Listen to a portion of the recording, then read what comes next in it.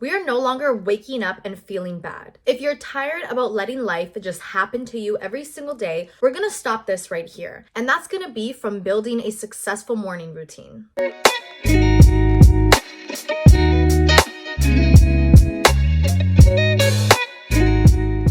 Hey, I'm your girl Jess, and if you're new here, welcome. We are all about self-developing and romanticizing life. Today, I'm going to teach you how to have a perfect and successful morning using happy chemicals. This is going to ensure that you have an amazing day, and it all starts from when you wake up in the morning. Let's get into it. Now, before I break down exactly how we're going to utilize happy chemicals in order to have a good morning, what are happy chemicals? The 4 happy chemicals are dopamine, oxytocin, serotonin, and endorphins. These are the chemicals inside our brains that are going to be utilized in order for us to set ourselves up and have a good day. Now, usually you can experience these happy chemicals throughout the day, but the reason that I want to implement these as soon as we wake up is because it's going to make you feel so much better if you utilize and experience these right in the morning and then go to work, then go to school, then do your to-do task, then doing it throughout the day and maybe, feeling some sorts of anxiety or feeling some restraint or tension throughout the day. We're going to do these right as soon as we wake up to ensure that we have a good day, and it all starts with our morning. I'm going to structure this out so that we can be set up to have a perfect morning. So the first happy chemical I want to focus on is serotonin, and that is known as the mood stabilizer. Now, a great way to experience serotonin is by getting sun exposure and going out in nature. A lot of times, especially me, I'm from Canada, so a lot of the months are cold, and I really do feel the effects of not having the sun for so many months around the year.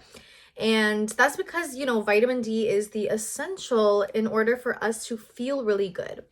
So if you are lucky enough to live somewhere hot or, the sun is just always around you, utilize that. Go outside in the morning. Even if you're in Canada and you're like me, open your window, just breathe in the fresh air that's coming. We're Canadian, so the cold is nothing to you. Let the air in. It's okay. As long as you are outside and you are getting exposed to the sun, it really changes your mood, okay? This makes you feel 10 times better. I don't know if it's just me, but as soon as I'm soaking in the sun, my entire mood just changes, okay? So if you can, get yourself outside as much as you can. And another great way to go outside and be in nature is to go for walks, go for runs, okay? These are great in the morning as well. If you don't want to raise your cortisol levels as high in the morning and go for runs, you can always go for a walk. And even walking in the winter is okay. But of course, walks are better when it's nice outside and it's hot outside. But a great way to experience serotonin and to get that mood stabilizing feeling is to go for a run, go for a walk, get yourself outside, just breathe in the fresh air. Again, open your window if you don't want to go outside completely. These are going to be great ways for you to really connect with nature and connect with outside. And the reason this is so good is because nature is amazing for calming you down.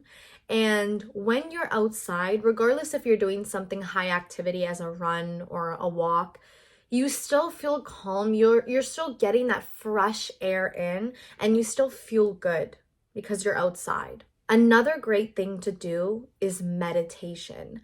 This is the key. As soon as you wake up, I want you to meditate. Meditate for 5 minutes, meditate for 10 minutes.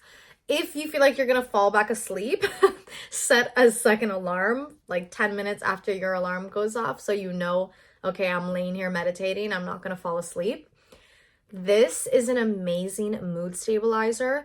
A lot of the times, it's so easy to wake up in panic or wake up in anxiety, especially if, maybe you're working at a job that you don't necessarily want to be working at. You maybe are stressing about school or just tasks in general, things that you have to focus on, and you wake up in a panic. Meditation, as soon as you wake up or a few minutes after you wake up, is perfect because it's going to help you calm down and calm your nervous system. Nervous system regulation is the key to manifesting for once and just for relaxing in general. If you can calm your nervous system, you can really set yourself up for a good day and approach things more calmly than just jumping out of bed because you're late and, getting ready really fast, getting in traffic, being annoyed, because who doesn't get annoyed in traffic? And, if you can just take that 5 minutes, that 10 minutes, as soon as you wake up to meditate, you are going to feel so much more calm and you're really going to approach the day so much better. If you want some serotonin and you want to just get that mood stabilizing feeling, you're going to want to meditate as soon as you wake up. You're going to want to get some sun exposure, go out for a walk, go for a run, just be outside, be in nature. If you don't want to do these activities, you can always just sit outside for a bit. Go stand outside either on your porch or in front of the building that you live in. And if you really, really don't want to go outside, just open your window and let the fresh air come in. And it's really, really going to calm you down. And I think that's the key before we start our day, before we start even our morning routine. We're going to want to calm ourselves down and regulate our nervous systems. The second happy chemical that we are going to implement is going to be dopamine. And this is known as the reward chemical. So think of it as when I finish this, I get a reward. It's that dopamine feeling, that rush, that high that you get when you complete a task, when you are, doing things that make you feel good and they make you feel proud of yourself. So right away, I want you to make your bed in order to experience dopamine. If you're someone like me who loves, writing down lists and checking to-do lists off, you probably receive and experience dopamine a lot, even if it's like literally wake up at 6. As long as I can cross it off, put a little check mark beside it, I get that rush of dopamine. So number one is to make your bed. Now, a lot of the times people think, okay, making my bed is literally pointless because I'm going to sleep in it again. But it's just the daily habit of getting something done and just cleaning your space. I find that when you can have a clear space around you, you can honestly think so much better and you can think so much clearer. And I think making your bed is such an important little task, little promise to yourself that you say, hey, okay, every day I promise to myself I'm going to make my bed. And every day you keep that promise to yourself. Every day you keep that habit. And that's how habits are built, by doing one little thing every single day. Then you can start habit stacking. Then you can say, okay, I'm going to make my bed today and I'm going to clean off my desk every morning because maybe I leave it a mess at night. So doing little tasks is going to give you that rush of dopamine.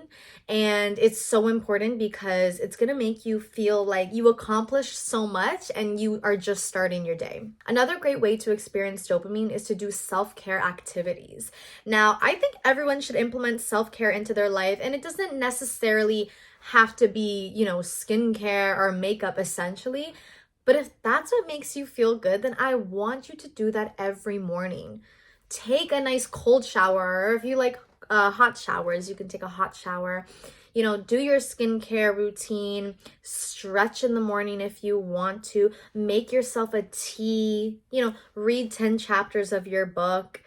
Little things like that fall under the self-care and the self-love activity column because you're doing things for yourself. When you can implement, making yourself feel good right in the morning, it kind of eliminates that codependency of like waiting for something good to happen throughout your day to make you feel good, because you've already done it as soon as you wake up and you've put that, dependence on yourself to be like, hey, I'm gonna make myself feel good so that even if I get disappointed today, it's not going to be as bad as it would be if I didn't make myself feel good in the morning. Some other great ways to experience dopamine is eat food, which I hope everyone is doing as soon as they wake up in the morning.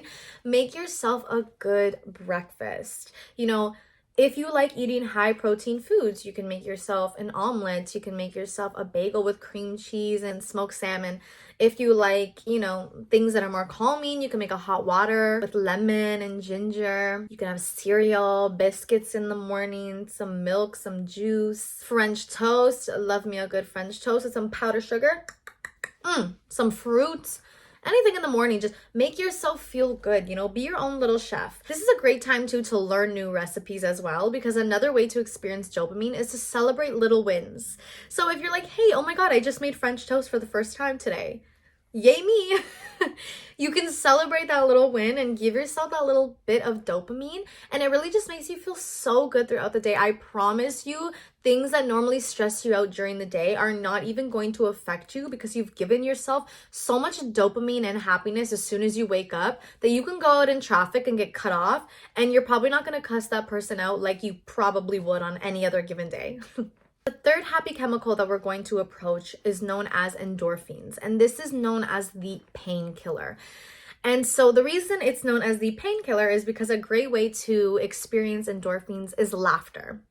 And I think it's so nice to experience laughter as soon as you wake up. If you live alone, you don't want to feel crazy for just laughing by yourself. Just do it anyways. Who cares? Honestly, I laugh at myself all the time. I make literally the worst jokes and sometimes the best jokes, but I laugh anyway. It makes me feel good. You can always, you know, if you know a show that makes you laugh, something like a comedy, watching a comedy or something, or maybe there is a funny account that you follow and you want to watch as soon as you wake up.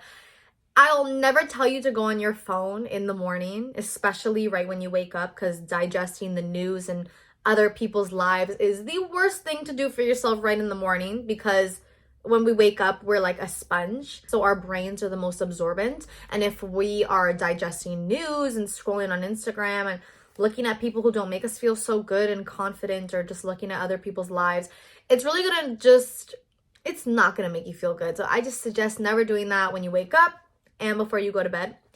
I'll never tell you to just go on your phone, but if you do go on your phone, at least go through your following list, because you know, if you've cleaned out your following list, then you know you only follow people that you like and that you actually care about and you're interested in. And if there's a funny account, like a comedy account that you really like to watch, someone who does skits or something funny, okay, fine, you can go on your phone. Digest content that's gonna make you feel good. And something that's funny is gonna be perfect for experiencing endorphins, because it's the painkiller. So, you know, laughing is going to be the #1 way to make yourself feel really good. Another great way to experience endorphins is going to be exercise. Now, if you have time to squeeze in an exercise in the morning, I really, really highly recommend. I always do my workouts in the morning unless I have to push it till the afternoon. But the afternoon just doesn't hit, you know, like the morning exercises just feel so good. It kind of gives you that rush of dopamine as well, because you're completing something before your day. You don't have to, you know, go to the gym necessarily if you don't have time. You can always do workouts from home. If you have a yoga mat or a carpet so you don't hurt your back on the floor, you're good. You know, like put on a Pilates video. It can literally be 15 minutes. Stretch in the morning. Just really move your body. Do some yoga if you want to.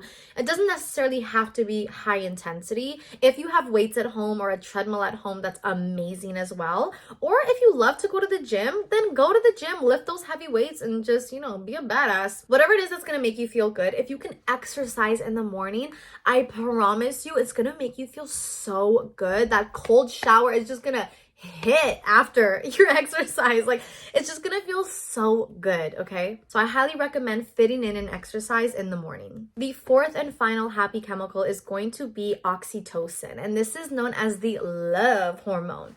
So a great way to experience oxytocin is going to be playing with pets, you know, holding a baby if you're lucky enough to have a baby in the house.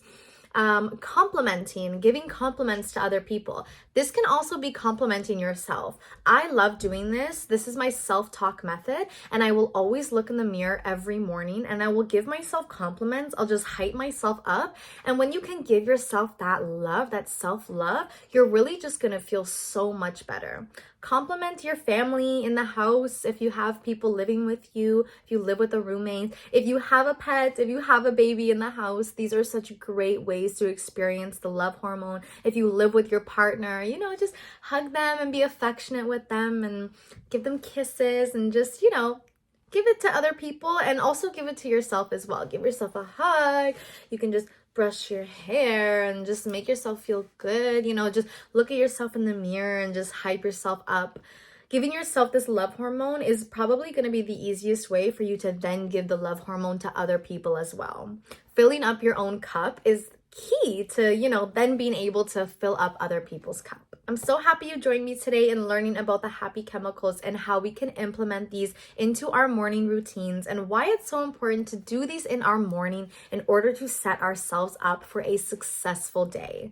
If you loved my video, make sure you subscribe, because if you haven't subscribed already, then you're definitely missing out. I'll see you in the next one.